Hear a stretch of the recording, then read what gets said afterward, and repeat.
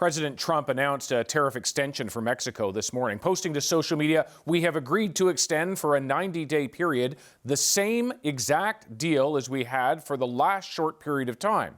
Now, this delay comes one day after Trump said there would be no extensions on his August 1st deadline. En este sentido, pues es un muy buen acuerdo mantenernos como estamos y seguir. Mexican President Claudia Sheinbaum is celebrating this as a win for her country. The extension will keep in place the 25% tariff on all goods that are not covered by the existing Continental Free Trade Agreement. For countries without an extension, including Canada, tariffs would be expected to hike tomorrow. Kenneth Smith Ramos is Mexico's former chief negotiator for the modernization of NAFTA and now a partner at Aegon. He joins us now. Good day, sir. How are you, David? It's a pleasure to be with you again.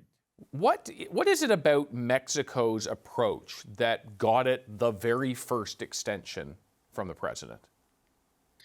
Well, I think since the beginning of the Trump administration, the Mexican administration has tried to ensure that their policy vis-a-vis the trade negotiations is one of negotiating and not confronting.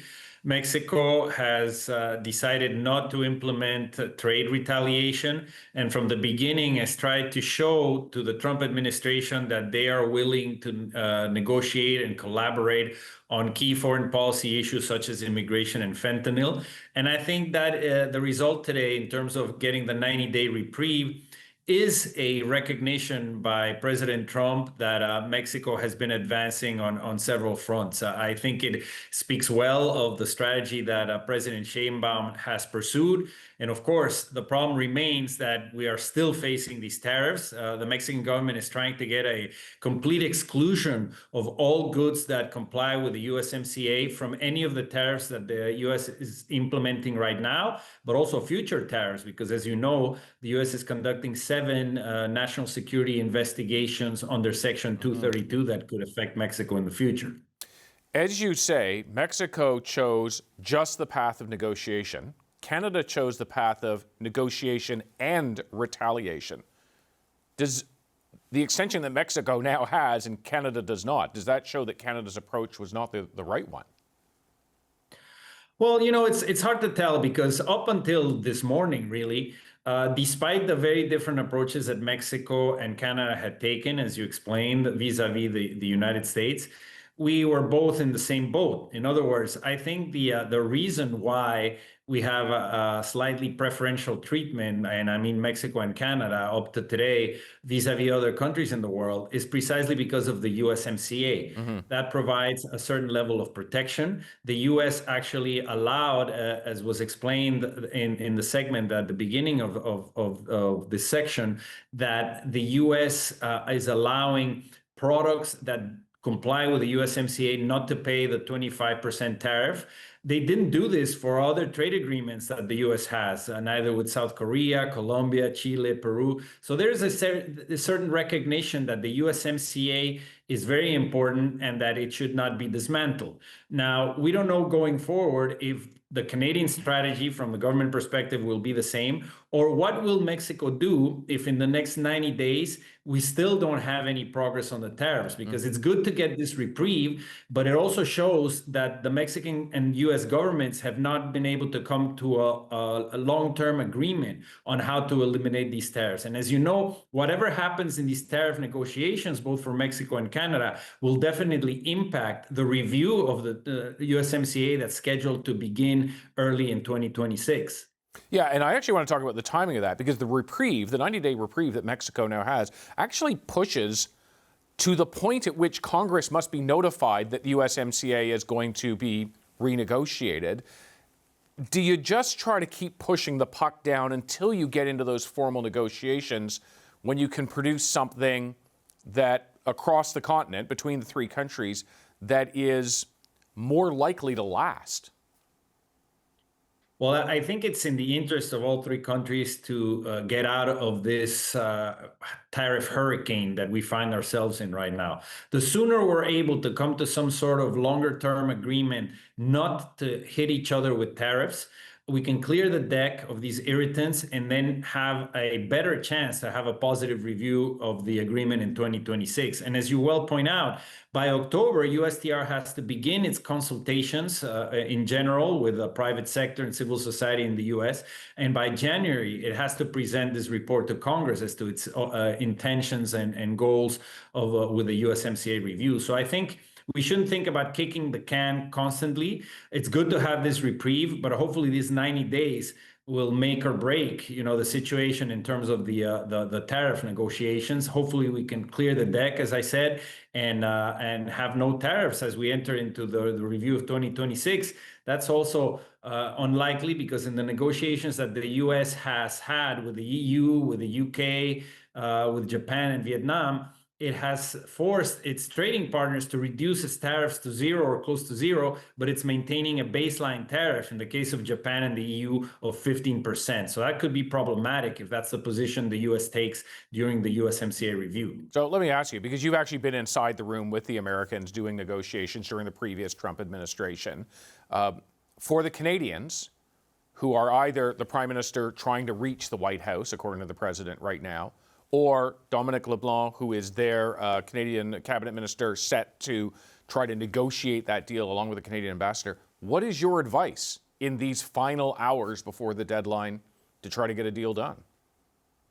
Well, I think the advice would be similar to the advice I've been giving to the Mexican government. I think both Mexico and Canada have very strong arguments to present to the U.S., saying that they are strategic partners of the United States, that the U.S. economy needs the Canadian economy and the Mexican economy to really be able to compete with China for the remaining of the 21st century. It's not just a question of wanting to have a strong trading relationship with Canada and Mexico going forward. It already exists. We're the number one and number two trading partners. So talking about the strategic alliances that Canada has had with the U.S., not just on trade and economic front, but also politically, militarily throughout the decades, and showing that Canada wants to build, along with the U.S. and the U.S. and Mexico, the most competitive region in the world. I think those should be persuasive arguments going forward in the discussions with the United States. Kenneth Smith Ramos, thank you so much for your time this afternoon. We'll see what happens. It's a pleasure as always. Thank you. That is Kenneth Smith Ramos, Mexico's former chief negotiator for the modernization of NAFTA. Well, that trade deadline, now just hours away at this point, it really is still not clear whether a deal with the Americans is possible before then, or whether the extension that Mexico arranged might also be extended to Canada. Ontario's Premier Doug Ford is calling for the country to stay focused. We can build anything here. We're an economic powerhouse. Folks, we don't have to take a backseat to anyone in the world, and we sure the heck don't have to take a backseat to President Trump. He needs to remember, they're our number one customer, but we're their number one customer. So I wouldn't roll over, and I've told the Prime Minister, do not roll over, hit that guy back as hard as we possibly can, and that's what we need to do. Turn now to Ontario's representative in Washington, David Paterson. He's with us now. David, good to see you. Hi, David. Do we know anything about where things stand?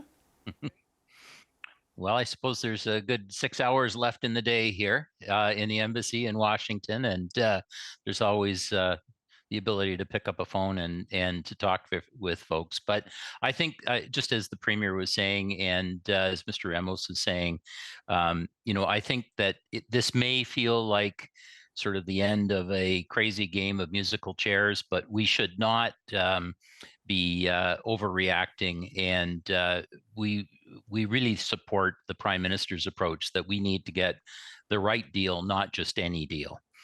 We are their most important customer, and we are their most important trading partner, and so we need to do this correctly. The team here in the embassy in Washington has been working extremely hard over a period of time, and when the time is right for that agreement to come together, it will. And so we will get up, the sun will shine in the morning, and we will carry on. I mean, you're in the same building as them. Do you know if they have actually met face-to-face with the Americans today? I'm not sure if they have today. I know they have several times in the last week or so. Dominic LeBlanc's been here this week. I've talked with the ambassador myself a couple of times. So there's lots of good discussion with USTR, with Commerce, Jameson Greer, and Commerce Secretary Lutnick. The issues are not simple. And I think, frankly, the way that the Prime Minister has set out, I think very much in plain sight, the things that are most important for the President on this in terms of security issues, defense, the border, the incredible job that has been done with respect to fentanyl, and then all the many things that we are so integrated with our supply chains that are really in the interest of the U.S. That's the logic that we need to follow through to the end. So a little bit of drama today, but as I say, it's more important to continue on. And I'll tell you, I was in Congress this week as well, and there's a lot of people cheering for Canada in terms of getting back to a little bit more predictability, a lot more certainty, and being able to kind of grow our economy together. So we'll get there. As your previous guest was mentioning, going back to March when Premier Ford was down here in Washington, we really established the notion of USMCA compliant amount of trade. And as it's now been well discussed this week, we have over 90% of our trade that falls into that category. So, but the tariff template that's out there for others, it doesn't fit for people in Hamilton or Sault Ste. Marie or in the lumber industry. So we have to keep going. And there's no point in accepting this template that's not going to work for Canada. You mentioned the Premier, and Premier Ford has been from the beginning saying we have to hit back, we have to retaliate. But I look at what the Commerce Secretary, Howard Lutnick, said just a short time ago. He said there are only 2 countries in the world that retaliated to the American action, that China was one of them and that Canada was one of them. I'll be frank with you, I don't know if that's true. I haven't had the time to check it. But does it suggest that our decision to respond with our own tariffs to American goods, that has complicated matters with the Americans when it comes to negotiations? Well, I can tell you that in my conversations here, there's a high degree of respect for people that stand up for themselves, and including the Premier and the Prime Minister. I think that there is, a recognition that we absolutely need each other. And as the Premier is fond of saying, let me translate into Canadian. When we hear that they don't need our natural resources or our cars or whatever, they really do. If you say it in Canadian, they need it, and so we'll work towards the right solution in those areas. As mentioned earlier today, even Treasury Secretary Vicente commenting that without Canadian aluminum, the auto industry down here suffers. Ford makes so many of its pickup trucks with Canadian aluminum. The military needs our nickel from Ontario. Potash is needed for the next round of crops down here. So, follow the economics on this and you get to the logical end, which is we've got to get back to doing business together, and we will. I do want to ask you about the what if, the no deal scenario. The threatened number is 35%. Now, that's not on every product that Canada, you represent Ontario, it's only those that aren't covered by our free trade deal.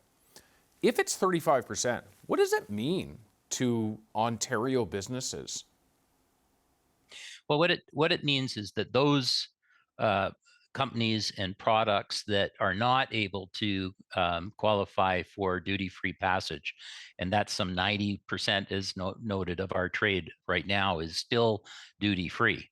But those companies that, for example, would not meet USMCA because perhaps they import products, make something else and send it to the United States and didn't have enough North American content in that, would see their tariffs move up from 25% up to 35%, and that could make the difference for some of those companies. And so, when you say make the difference, like that, are you saying that could make the difference between staying in business and not? What the difference between what?